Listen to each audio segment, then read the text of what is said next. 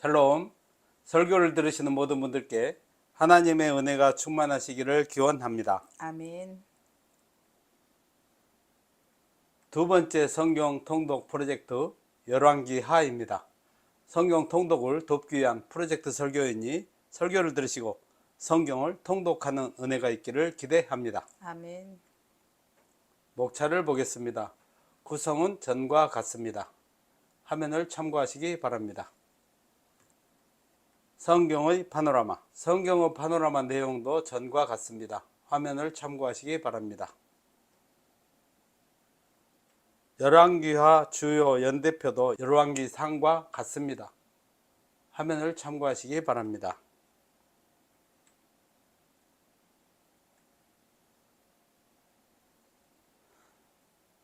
열왕기하 개관. 열왕기상과 동일합니다. 주요 내용만 조금 다른데 북이스라엘 제8대 왕 아하시아 시대인 BC 850년경부터 남유다가 멸망할 때까지 신정왕국 이스라엘의 역사를 비판적 시각에서 기록하였습니다. 역사서 7번째 책 열왕기하 체크포인트. 열왕기상은 솔로몬 시대부터 이스라엘이 남북으로 분열된 이후 남유다의 경우는 제4대 왕인 여호사밧 왕까지, 북이스라엘의 경우는 제8대 왕인 아하시아 왕의 통치 중반까지 대략 120년간의 역사를 다루고 있습니다. 그에 이어지는 열왕기하는 계속해서 남북 이스라엘 왕들의 통치 기사를 중심으로 이스라엘 역사를 BC 586년 남유다가 멸망할 때까지 대략 260년간의 역사를 다루고 있습니다. 즉 북이스라엘은 제19대 왕인 호시아 때까지, 남유다의 경우는 제20대 왕 시드기야 때까지의 역사를 다루고 있습니다. 북이스라엘의 경우는 BC 930년 여로보암에 의해 건국된 이래로 왕국이 존속한 약 200년 동안 무려 9왕조 19명의 왕이 교체되었습니다. 그에 반하여 남유다의 경우는 이스라엘이 남북으로 분열된 이래로 한 번도 왕조가 교체됨이 없이 다윗 단일 왕조로 끝까지 유지되었습니다. 이렇게 남북 두 왕국이 전혀 다른 모습을 지니게 된 것은 두 가지 측면에서 생각해 볼 수 있습니다. 먼저는 정치적 요인으로 북이스라엘의 정권이 정통성을 지니지 못한 반면 남유다의 정권은 정통성을 지니고 있었습니다. 북이스라엘을 건국한 여로보암은 다윗 왕조에 불만을 품고 있던 북부 10지파를 규합하여 북이스라엘을 세우고 왕이 되었으므로 그에게는 왕권에 대한 정통성이 없었다고 할 수 있습니다. 이에 반하여 남유다는 다윗의 자손들이 왕위를 계속 이어받았으며 그로 인하여 정권의 정통성을 지님으로써 정권이 안정될 수 있었던 것입니다. 두 번째 요인은 신앙적 요인입니다. 이는 남북 왕국이 전혀 다른 모습을 지니게 된 실제적인 요인으로, 정치적 요인은 부차적인 것입니다. 이스라엘은 하나님이 왕이 되어 다스리는 신정 왕국입니다. 그것은 나라가 남북으로 분열되었다고 해도 예외는 아닙니다. 왕은 여전히 하나님의 대리 통치자에 불과합니다. 그리하여 만일 왕이 하나님의 뜻과 다르게 행한다면 하나님은 그를 폐하고 다른 왕을 세우시게 됩니다. 그런데 북이스라엘의 경우는 단 한 왕도 바른 여호와 신앙을 가진 적이 없습니다. 한결같이 여로보암의 길을 답습하였고 심지어는 바알과 이방의 우상 숭배까지 하였습니다. 반면에 남유다는 비록 많은 왕들이 타락하기는 하였지만 완전히 여호와 신앙을 버리지는 않았고, 또 아사, 여호사밧, 히스기야, 요시야 등의 선한 왕들이 나와 종교 개혁을 하는 등 여호와 신앙 유지와 회복을 위하여 노력하였습니다. 두 왕국이 상반된 모습을 지닌 것은 사실이나 시간적 차이만 있을 뿐 공히 이방 나라에 멸망하고 맙니다. 이는 남북 왕국이 공히 우상을 숭배하며 하나님 보시기에 악을 행하되 하나님의 심판 경고에도 불구하고 돌이키지 않고 계속해서 악을 행하였기 때문입니다. 하나님은 이들을 돌이키기 위하여 이사야, 에레미야 등 수많은 선지자를 보내어 회개를 촉구하셨습니다. 이는 하나님께서 이스라엘 백성들이 돌이키기를 얼마나 간절히 원하셨는지 잘 반영해주고 있습니다. 하지만 이스라엘 백성들은 이러한 하나님의 간곡한 메시지를 무시하였고 그로 말미암아 하나님의 심판이 불가피하게 된 것입니다. 남북 이스라엘의 멸망은 이처럼 이스라엘 백성들이 하나님을 버린 결과입니다. 결국 본서 저자는 이 사실을 본서에서 분명하게 보여줌으로써 포로 중에 있는 이스라엘 백성들로 하여금 그들의 멸망과 그로 인한 고통의 원인이 바로 그들의 죄에 있음을 깨닫고 회개하여 하나님께 돌이키기 위해 본서를 기록하였습니다. 열왕기하 내용 분해. 열왕기서 47장은 전체가 하나의 완벽한 교차 대구 구조로 되어 있는데 그 중심에는 엘리야와 엘리사가 있습니다. 이것은 열왕기서가 뛰어난 문학적 자질을 지닌 한 명의 저자에 의해 기록되었음을 시사합니다. 열왕기하 내용을 좀 더 구체적으로 분석해 보겠습니다. 전반부 1장에서 13장은 엘리야 선지자의 말년 사역과 엘리사가 그의 제자가 되어서 뒤를 이어 사역하는 장면이 기록되었습니다. 분열왕국 시대 중반기를 엘리사의 사역을 중심으로 세 부분으로 나누어 볼 수 있습니다. 1장에서 8장은 엘리사의 초기 주요 사역과 남북 내왕의 통치, 9장에서 10장은 엘리사를 통해서 예후가 기름 부음을 받고 반란을 일으키고 왕이 됩니다. 11장에서 13장은 엘리사의 죽음과 남북 세 왕의 통치가 기록되었습니다. 후반부 14장에서 25장은 분열왕국 시대 후반기와 북이스라엘과 남유다의 멸망을 교차해서 기록하는데 이러한 후반부도 세 부분으로 나누어 볼 수 있습니다. 14장에서 17장은 남북 여러 왕들의 통치와 북이스라엘이 호시아 왕 때에 아수리에 의해 멸망당하고 포로로 끌려갑니다. 18장에서 21장은 잔존한 남유다 히스기야 왕의 통치와 아들 므낫세의 악정과 그의 아들 아몬의 때에 신하들이 반란을 일으킵니다. 22장에서 25장은 어린 요시야 왕의 통치와 선지자들의 유다 멸망 예언과 바벨론의 세 차례에 걸친 침공 끝에 남유다가 멸망당합니다. 이러한 기록은 하나님의 법을 지키지 않은 이스라엘 왕들과 백성들에게 내려진 하나님의 심판을 강조하며 하나님의 주권과 정의를 드러냅니다. 징검다리 설교. 제목 히스기야의 위기와 기도. 본문 열왕기하 20장 1절로 6절인데 1절로 3절과 6절을 읽겠습니다. 같이 한번 읽어보겠습니다. 그때 히스기야가 병들어 죽게 되매 아모스의 아들 선지자 이사야가 그에게 나와서 그에게 이르되 여호와의 말씀이 너는 집을 정리하라. 내가 죽고 살지 못하리라 하셨나이다.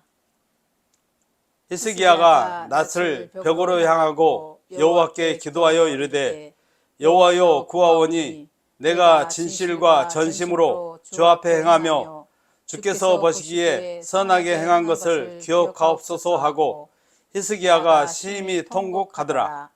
내가 내 날에 15년을 더할 것이며 내가 너와 이 성을 아스루 왕의 손에서 구원하고 내가 나를 위하고 또 내 종 다윗을 위함으로 이 성을 보호하리라 하셨다 하라 하셨더라. 아멘. 징검다리 설교 본문의 맥락. 본문은 히스기야의 통치와 관련하여 다루고 있는 제18장에서 20장 기사의 연속 부분입니다. 여기서는 히스기야 시대에 있었던 아수르의 이해에 걸친 남유다 침공 관련 기사를 다루고 있는 18장 13절로 19장 37절에 이어 히스기야 왕의 발병과 15년 생명 연장과 관련한 사건을 다루고 있습니다. 그런데 본문의 히스기야의 생명 연장 사건은 연대기적으로 볼 때 아수르 사네립 왕의 유다 침공 이전에 발생한 사건입니다. 그리고 다음 문단에서 언급하고 있는 히스기야의 실수 사건은 본문의 사건 직후 발생한 것으로 아수르의 제1차 침공 사건보다는 앞선 사건입니다. 이는 다음 같은 사실로 입증됩니다. 첫째, 히스기야는 29년을 통치하였는데 그가 본문의 사건 이후 15년을 더 통치하였다면 아수르 제1차 침공 시기를 보여주는 18장 13절의 히스기야 왕 14년은 히스기야의 발병의 때를 나타내주기 때문입니다. 둘째, 히스기야는 아수르의 제1차 침입 당시 성전과 왕궁의 모든 보물들을 내어 사네립에게 조공을 바치고 그것도 모자라 성전의 문과 기둥에 입힌 금까지도 벗겨지고 위기를 모면하였는데 다음 문단에 의하면 아직 왕궁에는 은금이 많이 남아 있었기 때문입니다. 18장 13절에서 20장 25절에 언급된 사건들을 연대기 순으로 정리하면 히스기야의 발병과 15년 생명 연장, 히스기야의 실수, 아수르의 제1차 유다 침공, 아수르의 제2차 유다 침공으로 정리할 수 있습니다. 그런데 저자가 이처럼 연대기적 순서를 무시하고 사건을 기록한 것은 비슷한 주제를 연속적으로 기록하여 이야기의 흐름을 자연스럽게 하려는 그의 편집 원칙을 따르면서 믿음으로 말미암는 축복과 불신앙으로 말미암는 징계를 의도적으로 대비시키고자 하였기 때문으로 여겨집니다. 그러한 맥락에서 본문을 보면 1절로 3절은 히스기야는 이사야가 하나님의 말씀을 전하자 통곡하며 기도합니다. 4절로 6절은 하나님은 그의 생명을 15년 연장시켜주고 아수르의 손에서 구원하여 주실 것을 약속하셨습니다. 7절은 이사야가 히스기야의 상처에 무화과 반죽을 바르자 히스기야의 질병은 완치되었습니다. 8절로 11절은 생명 연장에 대한 징조를 물어서 해그림자가 뒤로 10도 물러가는 이적을 체험하게 됩니다. 이렇게 하여 당시 무자했던 히스기야는 왕위를 계승할 후계자도 없는 상태에서 죽을 뻔한 위기를 넘기고 약 3년 뒤에는 아들 므낫세를 얻음으로써 대를 이을 수 있었습니다. 징검다리 설교 본문의 포인트 및 적용. 1절의 그때에는 히스기야의 나이 약 39세 정도 되었을 때입니다. 그는 당시 아직 자신의 뒤를 이을 후사도 없었습니다. 뿐만 아니라 유다에 대한 아수르 위협도 가중되고 있던 때였습니다. 그러므로 히스기야의 발병은 그에게는 물론 유다 전체에 큰 충격이었습니다. 만일 히스기야가 자신에게 그러한 위기가 닥칠 것이라는 것을 미리 알 수 있었다면 미리 후계자라도 세워서 사직이라도 튼튼히 할 수 있었을 것입니다. 그러나 그의 중병은 워낙 갑작스러운 일이라 당시로서는 대책을 세우기 어려웠습니다. 참으로 히스기야의 개인은 물론 유다 전체로 보아도 분명 큰 위기가 아닐 수 없는 일이었습니다. 적용을 해보겠습니다. 인생의 위기는 대개 전혀 예측하지 못한 때 예고 없이 갑자기 찾아와서 우리를 혼란에 빠지게 합니다. 그런 인생의 위기는 누구에게나 갑자기 닥쳐올 수 있습니다. 그러므로 우리는 할 수 있는 대로 갑자기 닥쳐올 인생의 위기를 대비해야 합니다. 요즘에는 이런 인생의 위기를 대비해서 많은 보험 상품들이 쏟아져 나오고 있습니다. 우리 중에 이러한 보험 하나쯤 안 든 사람은 거의 없을 것입니다. 그런데 우리 인생 최대의 위기인 죽음은 누구도 피해갈 수 없습니다. 죽음은 인생의 위기 중의 위기입니다. 이 위기를 준비하지 않으면 지옥에서 영원히 멸망하게 됩니다. 그러므로 우리는 아직 살아서 기회가 있을 때 영원한 멸망의 위기를 대비해야 합니다. 아멘. 멸망의 위기를 대비하는 최선책은 생명의 주이신 그리스도를 믿음으로 영접하는 것입니다. 아멘. 오직 그것만이 우리를 영원한 멸망의 위기에서 구원할 수 있습니다. 아멘. 2절을 보면 이사야 선지자로부터 삶을 정리하라는 하나님의 말씀을 통보받은 히스기야는 낯을 벽으로 향하고 여호와께 기도하기 시작하였습니다. 그는 자신에게 닥친 인생의 위기가 하나님으로부터 말미암은 것이요 인간으로서는 어떻게 할 수 없는 일이라는 것을 알았습니다. 즉 그는 자기에게 인생의 위기를 허락하신 하나님만이 자신을 그 위기에서 구하실 수 있다는 것을 알고 하나님께 기도하였습니다. 결국 그는 하나님께 은혜를 입어 자기에게 닥친 인생의 위기를 넘길 수 있었습니다. 적용을 해보겠습니다. 우리는 여기서 인생의 위기에 당면했을 때 대처하는 최선의 방법이 무엇인지를 배워야 합니다. 대개는 자신의 힘으로 극복하려고 하고 자신의 힘이 안 되면 다른 사람을 의지하려고 합니다. 물론 우리는 인생의 위기가 닥치면 그것을 극복하기 위해 모든 노력을 다 해야 하지만 인간의 힘으로만 인생의 위기를 극복하려고 하면 좌절할 수밖에 없습니다. 인간의 노력으로 극복할 수 있는 것이라면 그것은 인생의 위기가 아니라 단지 일시적인 어려움일 뿐입니다. 그러한 의미에서 하나님만이 인생의 위기를 해결해 주실 수 있는 해결책입니다. 따라서 인생이 위기에 당면했을 때 그것에 대처하는 최선의 방법은 하나님께 구하는 것입니다. 아멘. 우리는 위기가 닥치면 히스기야처럼 그 문제의 답이 하나님께 있음을 알고 기도의 골방으로 들어가야 합니다. 아멘. 그리고 간절하게 하나님께 매달려야 합니다. 아멘. 3절에 보면 히스기야는 하나님을 향하여 자신이 진실과 전심으로 주 앞에서 행한 것을 기억해 주시도록 눈물로 호소하였습니다. 그러나 그것은 내게 그러한 공로가 있으니 그것을 근거로 자신을 위기에서 건져달라는 말이 아닙니다. 누가복음에 나오는 바리새인은 세리와 달리 자신의 공로를 자랑하면서 하나님께 자신의 공로에 마땅한 보상을 요구하였습니다. 그러나 히스기야의 기도에는 전혀 그러한 의미가 없었습니다. 그는 자신에게 그런 공로가 있게 된 것도 하나님의 은혜로 여겼으며 다만 자신이 애써 추진한 선한 일이 중도에 끝나게 되는 것과 나라가 위기에 처한 현실이 안타까워서 그렇게 호소했을 뿐입니다. 한마디로 히스기야의 기도는 하나님의 은총과 자비를 구하는 호소였습니다. 적용을 해보겠습니다. 히스기야와 같이 하나님의 은총과 자비를 구하는 것이 참다운 기도의 자세입니다. 하나님이여 불쌍히 여기옵소서 나는 죄인이로소이다 라고 했던 세리의 기도 자세가 하나님께서 기뻐하시는 기도 자세요, 하나님의 응답을 가져오는 기도 자세입니다. 아멘. 우리는 우리가 살고 활동하는 모든 것이 하나님의 은혜의 결과임을 알아야 합니다. 아멘. 하나님의 은혜가 없이는 우리는 한순간도 존재할 수 없습니다. 아멘. 그러므로 남보다 많은 업적을 남겼다고 자랑해서도 안 되거니와 하나님 앞에 이를 내세우려 하는 태도는 더더욱 합당치가 않습니다. 바리새인들처럼 자기 의를 주장하는 기도는 아무리 많은 시간 힘써서 할지라도 가치가 없습니다. 그러므로 성도는 어린아이와 같은 심정으로 언제든지 하나님께 은혜를 구하며 그분이 주시는 모든 것들을 감사함으로 받아야 합니다. 아멘. 하나님께서 히스기야의 기도에 대해 응답으로 주신 세 가지 약속이 있습니다. 그 세 가지 약속이란 히스기야로 하여금 3일 만에 성전에 올라가게 해주신다는 것과 그의 수명을 15년 연장시켜 주신다는 것, 그리고 아수르 왕의 손에서 유다를 보호해 주신다는 것입니다. 이는 히스기야가 당면하고 있는 모든 문제들이 일거에 해결되는 놀라운 약속이었습니다. 당시 히스기야는 하나님께 기도하면서도 하나님이 이렇게 신속하고도 놀랍게 응답하시리라고는 기대하지 않았을 것입니다. 8절에 히스기야는 하나님의 약속에 대한 표징을 구하였는데 이는 그가 하나님의 약속에 대하여 온전한 믿음을 갖지 못하였음을 시사하여 줍니다. 그러나 그는 그 표징을 구하는 과정을 거치기는 하였지만 하나님의 약속을 믿었습니다. 그리고 그러한 믿음을 통하여 하나님의 약속이 성취되는 것을 보았습니다. 적용을 해보겠습니다. 우리 성도들에게도 히스기야와 같은 믿음이 요구됩니다. 기도는 그 자체로 힘이 있는 것이 아니라 믿음이 있어야 그 유력을 발휘하는 특징이 있습니다. 성도들 중에는 하나님께 간절히 기도하고도 그 응답과 역사에 대해 믿지 못하는 이들이 많습니다.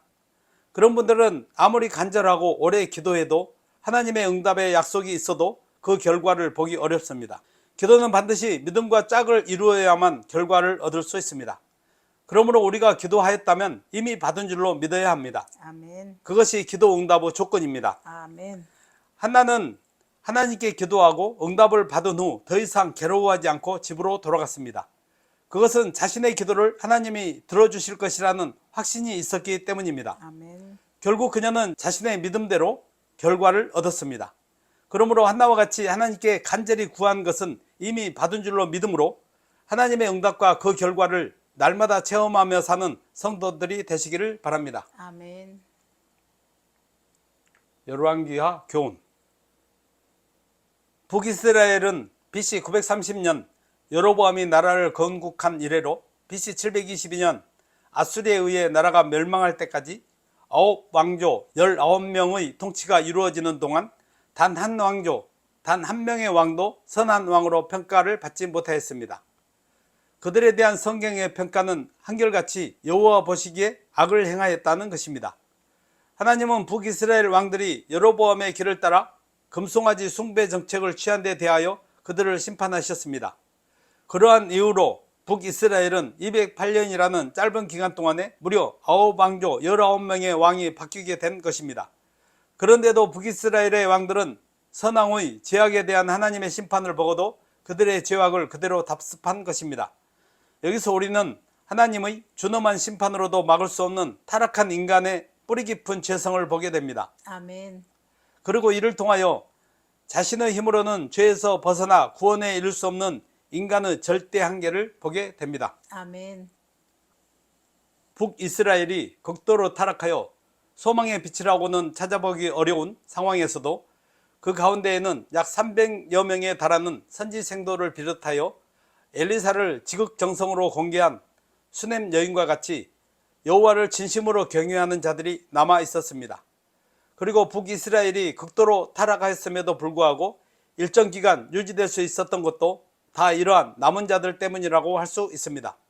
이러한 사실이 보여주듯 하나님은 세상이 아무리 타락하여도 그 가운데 소수의 남은 자를 남겨두십니다. 아멘. 오늘 이 시대의 남은 자는 바로 우리 성도들입니다. 아멘. 따라서 이 시대가 더욱 썩어가는 것을 방지하고 이 시대가 하나님의 긍휼을 입을 수 있도록 우리 남은 자들은 더욱 신실하게 하나님의 말씀에 따라 살아야 할 것을 교훈해 줍니다. 아멘. 하나님은 남북 이스라엘의 범죄에도 불구하고 그들을 당장에 멸하지 않으시고 긍휼을 베푸사 선지자를 보내어 회개를 촉구하는 것은 물론 그들에게 일정 기간 동안 회개의 기회를 주셨습니다. 그러나 이러한 하나님의 긍휼과 인내에도 불구하고 그들이 더욱 악한 길로 행하자 하나님은 아수르와 바벨론을 심판의 도구로 사용하여 그들을 심판하셨습니다. 이는 죄인에 대한 하나님의 인내에는 한계가 있음을 명백하게 보여줍니다. 실로 하나님은 사랑의 주이시지만 동시에 공의의 하나님이시기도 합니다. 아멘. 그래서 죄인이 범죄하면 오래 참으시며 회개하기를 기다리시지만 그래도 회개치 않고 계속해서 죄악의 길로 행하면 용서치 않고 심판하십니다. 악인들은 하나님의 심판이 지체되는 것으로 인하여 하나님의 심판은 없다고 말하지만 그들은 자신들이 평안하다 안전하다 할 때에 호련히 멸망의 날을 맞게 될 것입니다. 지금은 하나님께서 죄인들에 대하여 인내하시는 때입니다. 그러나 이때가 지나면 하나님은 하나님의 공의로 이 세상을 심판하여 악인들을 영원한 멸망에 처하게 하실 것을 교훈해 줍니다. 아멘. 남유다의 역사를 보면 선한 왕이 다스릴 때와 악한 왕이 다스릴 때의 형편이 확연히 달랐음을 알 수 있습니다. 즉 선한 왕들이 남유다를 다스릴 때에는 나라가 강성해지고 평안했던 반면 악한 왕들이 다스릴 때에는 나라가 쇠퇴하고 외부 침공으로 인하여 나라가 위기에 처하기를 거듭하였습니다. 이는 지도자의 처신이 곧 나라의 형편을 좌우하였음을 의미합니다. 그렇듯이 어떤 지도자가 나라를 다스리느냐는 곧 나라의 성패를 좌우하는 결정적인 요인이 됩니다. 이는 우리나라와 세상의 역사를 통해서도 확인됩니다. 그러한 점에서 오늘 민주사회에서 지도자를 선택하는 것은 무엇보다 중요한 일입니다. 아멘. 그런데 성도의 삶은 표면적으로는 이 땅의 유정자에 따라서 좌우되는 것 같지만 실상은 공의의 하나님에 의해 좌우됩니다. 아멘. 그러므로 성도는 신실하신 공의의 하나님이 세상의 주권자인 것에 감사하며 이 땅에서도 바른 지도자를 세워주시도록 기도해야 하고 교회에도 바른 지도자가 세워지도록 기도해야 함을 교훈해 줍니다. 아멘. 에필로그. 열왕기하는 하나님의 은혜로 세워진 이스라엘이 하나님의 법을 따르지 않고 우상 숭배에 빠진 결과 두 왕국이 모두 멸망하게 된 과정을 기록하고 있습니다. 열왕기하 분량은 25장 48쪽 정도 되니 2시간 정도면 충분히 한번 통독할 수 있습니다. 말씀을 정리하고 마치겠습니다. 이스라엘 남북 왕국은 공히 우상을 숭배하며 하나님 보시기에 악을 행하되 하나님의 심판 경고에도 불구하고 돌이키지 않았기 때문에 공히 멸망하여 사랑의 하나님에게 있는 하나님의 공의가 실현되는 것을 보여주었습니다. 성도가 인생의 위기에 대처하는 최선의 방법은 하나님께 구하는 것입니다. 아멘. 위기가 닥치면 그 문제의 답이 하나님께 있음을 알고 기도의 골방으로 들어가야 합니다. 아멘. 그리고 간절하게 하나님께 매달려서 응답받는 성도들이 되시기를 바랍니다. 아멘. 설교를 들으시는 성도 여러분들은 하나님의 말씀을 읽고 듣고 지키는데 더욱 강하고 담대하시기를 바랍니다. 말씀과 믿음으로 하는 간절한 기도로 하나님의 응답과 결과를 볼 수 있기를 주의 이름으로 간절히 축원합니다. 아멘. 아멘.